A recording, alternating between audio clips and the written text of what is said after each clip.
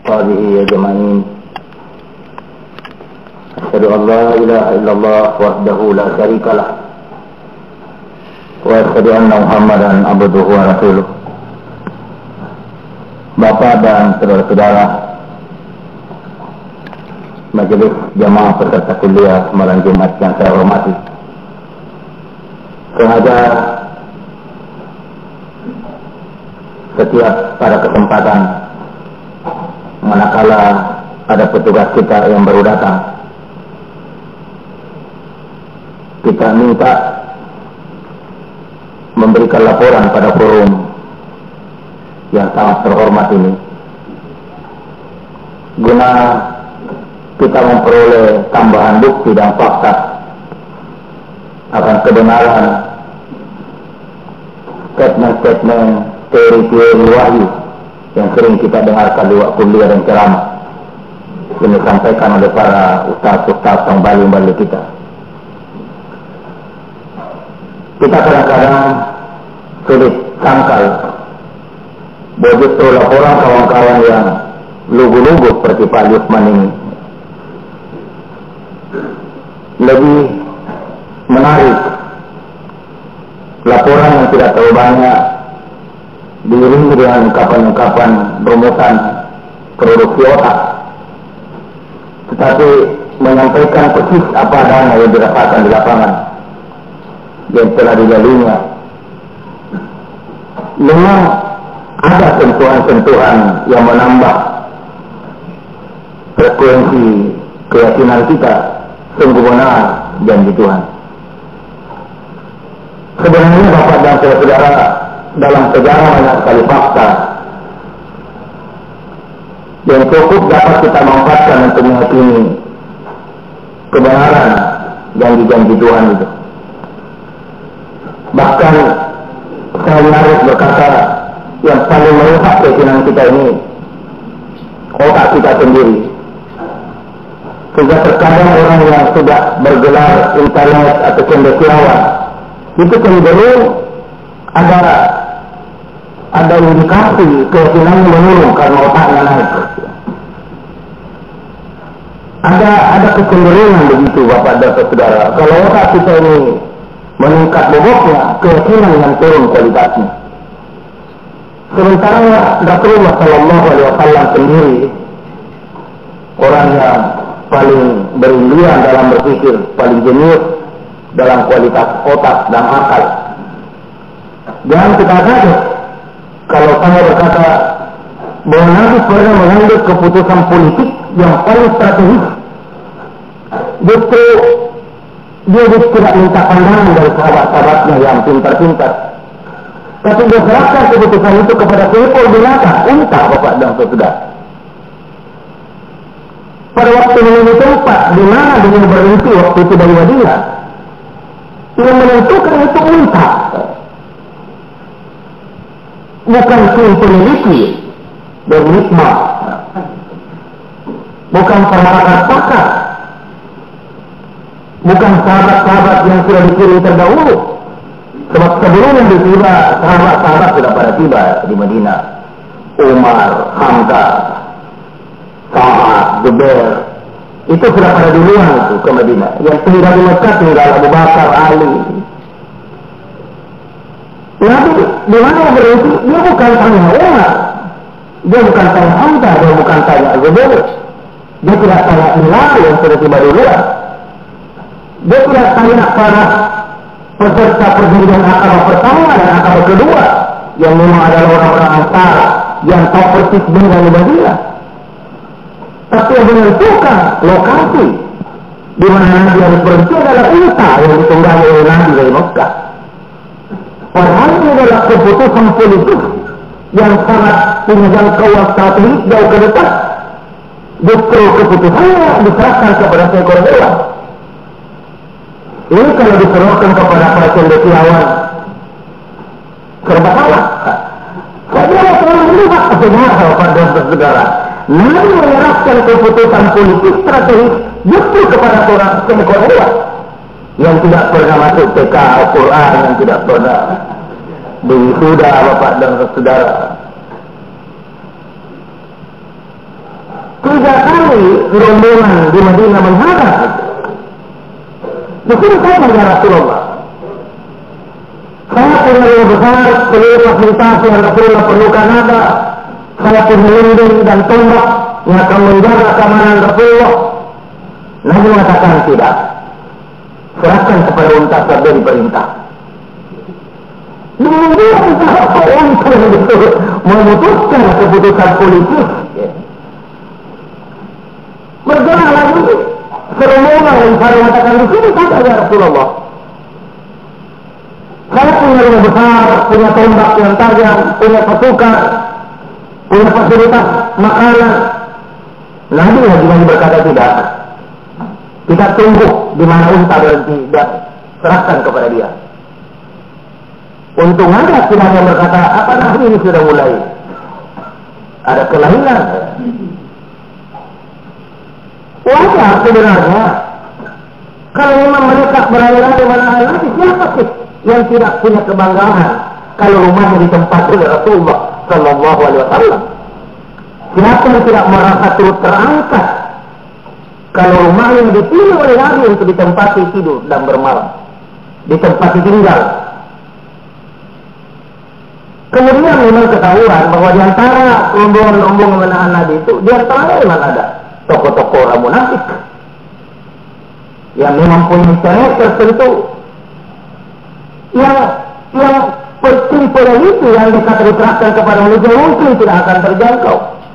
Tapi unta yang tidak punya akal, yang tidak punya pertimbangan macam-macam, yang bekerja semata-mata dan itu dengan naluri saja,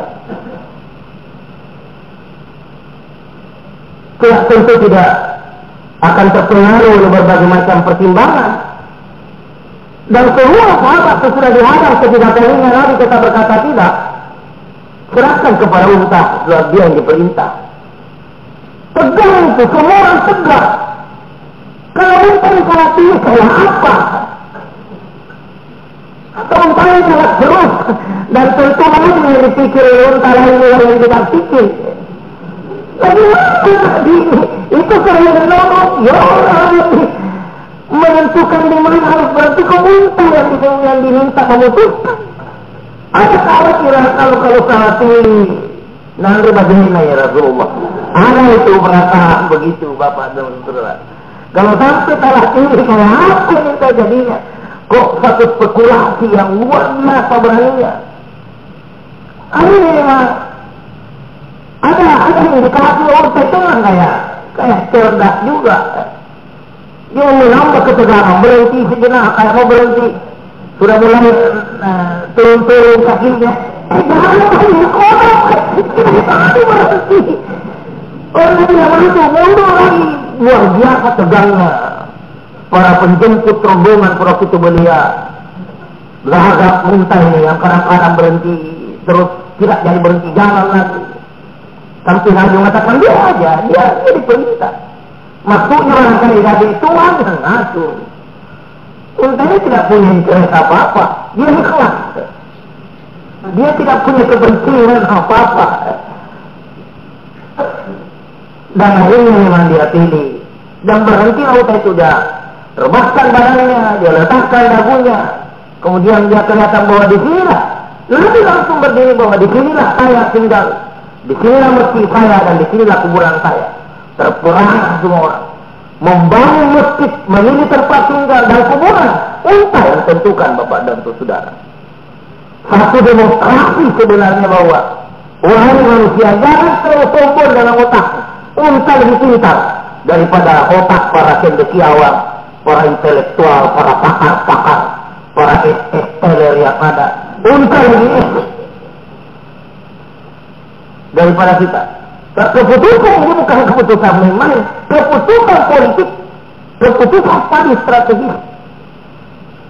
Satu peristiwa yang tidak bisa disangkal, satu kenyataan yang pernah terjadi.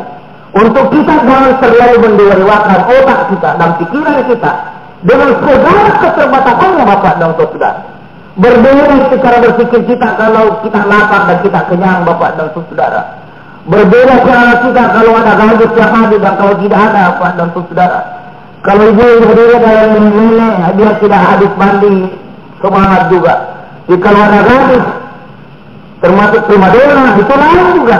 Itu kelemahan otak Bapak dan saudara. Tiba-tiba cerdas luar biasa. Kita tidak begitu.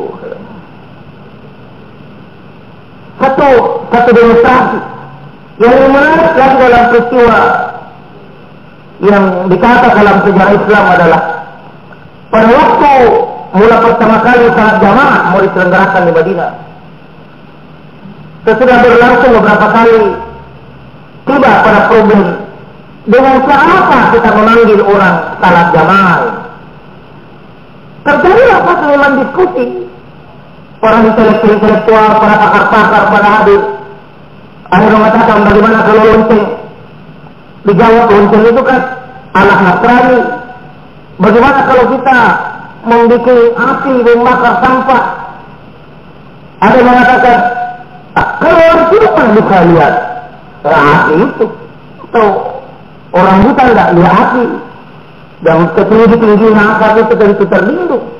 Di samping itu adalah cara bajusi. Ada yang katakan bagaimana kalau tanduk?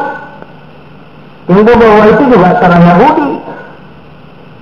Bagaimana kalau alat-alat yang lain, kalau terlengket, terlalu bising? Pokoknya merayulah diskusi para pakar-pakar di samping sahabat-sahabat yang terdiri para sahabat-sahabat Rasulullah yang termasuk cendekiawan, intelektual. Ada seorang sahabat yang dengan perasaan malu, tidak termasuk pakar. Ya katakanlah barangkali orang buta huruf tidak diperhitungkan dalam forum. Kalau ada senior tidak diundang. Dengan rasa malu, segera dia mau mimpi. Mimpinya dia lapor. Saya mimpi dari malam Abdullah bin Zaid. Saya mimpi dari malam ya Rasulullah. Saya disuruh membaca lafaz, disuruh azan, mengucapkan Allahu Akbar, Allahu Akbar, asyhadu an la ilaha illallah dan seterusnya. Nah, yang katakan itu hanya itu yang Tuhan. Akhirnya mimpi yang diterima Bapak dan Saudara, bukan pendapat sarjana, mimpi. Lagi-lagi kepada para pakar dan intelektual apa boleh buat, Bung? Satu kenyataan sejarah yang tidak bisa tangkal. Bahwa pendapat menjaga berbobot justru sumbernya dari mimpi. Dan itu langsung katakan tidak. Apa itu? Dan Abdullah yang kami dikatakan beritahu Abdullah. Kalau kemana ke Semenara, ucapkan kalimat. Dan itulah yang berlangsung sampai sekarang. Bahwa memanggil orang pergi salat tidak dengan api, tidak dengan lonceng, tidak dengan trompet, tapi dengan suara manusia. Dan kenyataannya kemudian berkata bahwa banyak orang yang tersentuh mati Islam hanya gara-gara mendengar suara azan itu. Beberapa tahun yang lalu di majalah Agama Islam dibimbing oleh Jenderal Sudirman bersama dengan Profesor Hamka, seorang gadis Katolik di Kebayoran Baru, masuk Islam, kemudian diberi nama menjadi Mardia Hayati. Hanya karena setiap subuh dia buka jendela rumahnya, dia dengar azan dari Masjid Agung Al-Azhar, suara yang begitu mendayu-dayu, mengiba-iba, menyentuh betul. Suara apa yang begitu komunikatif katanya dengan jiwa manusia, dengan jiwa saya. Dia datang menemui Hamka, mau masuk Islam gara-gara azan itu, yang berasal dari mimpi Bapak dan Saudara.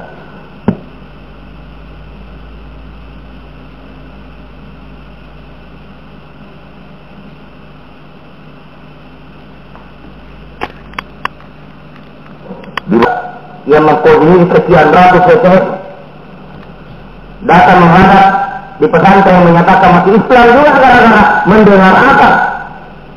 Sekalipun saya tidak tahu bagaimana nasibnya sekarang dia itu. Dia datang bawa atas kepingin sekali masih Islam gara-gara terharu mendengar azan itu. Andai kata barangkali suara kalimat azan itu dirumuskan oleh pakar atau cendekiawan, Maaf, bukan anggota IKNI. IKNI Dakiala mungkin bukan main mengundang orang kita, mungkin main orang Islam berhenti. Tidak tertarik. Lagi-lagi satu kenyataan sejarah untuk kita yakini Bapak dan saudara-saudara betapa hebatnya yang dinamakan hal-hal yang berada di luar kemampuan otak manusia. Sekaligus satu fakta betapa lemahnya otak manusia ini sesungguhnya. Bagaimana pada waktu Nabi berlindung di Bukit Sur waktu dikejar oleh orang-orang Arab, oleh Umayyah, oleh Abu Jahal, oleh Abu Sufyan yang sudah pada berdiri di pintu gua. Yang melindungi Nabi bukan pasukan Cakrawirawa, bukan karateka Bapak dan saudara, bukan pasukan-pasukan pengawal revolusi yang membawa persenjataan lengkap, tetapi orang-orang yang berperang di pintu gua